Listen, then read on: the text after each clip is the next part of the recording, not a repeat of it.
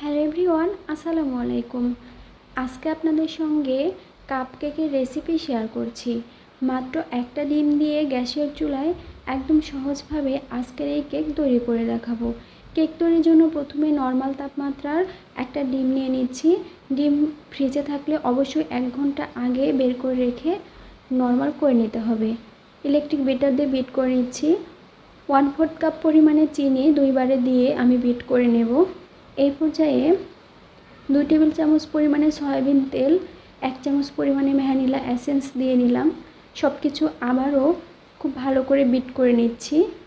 শুকনো উপকরণগুলো এবার দিয়ে নিচ্ছি।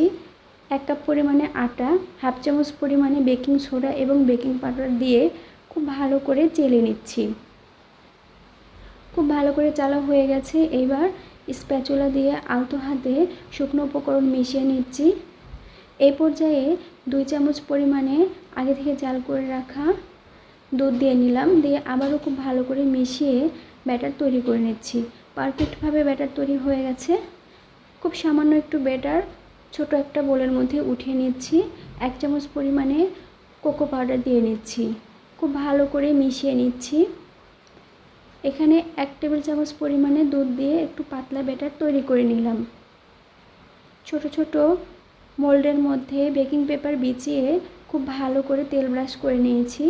এই তো ব্যাটারগুলো ঢেলে দিচ্ছি। অর্ধেক পরিমাণে করে সবগুলোতে ঢেলে দেব। সবগুলো মোল্ডের মধ্যে সমান করে ঢেলে দিয়েছি।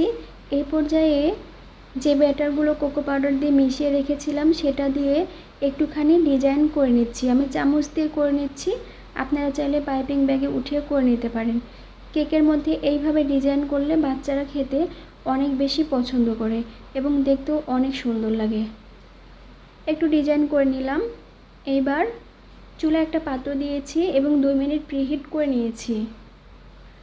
এই পর্যায়ে স্টিলের প্লেটটা খুব সাবধানে বসিয়ে দেব পাত্রের মধ্যে এবং মিডিয়াম টু লো হিটে 25 মিনিট কুক করে নেব।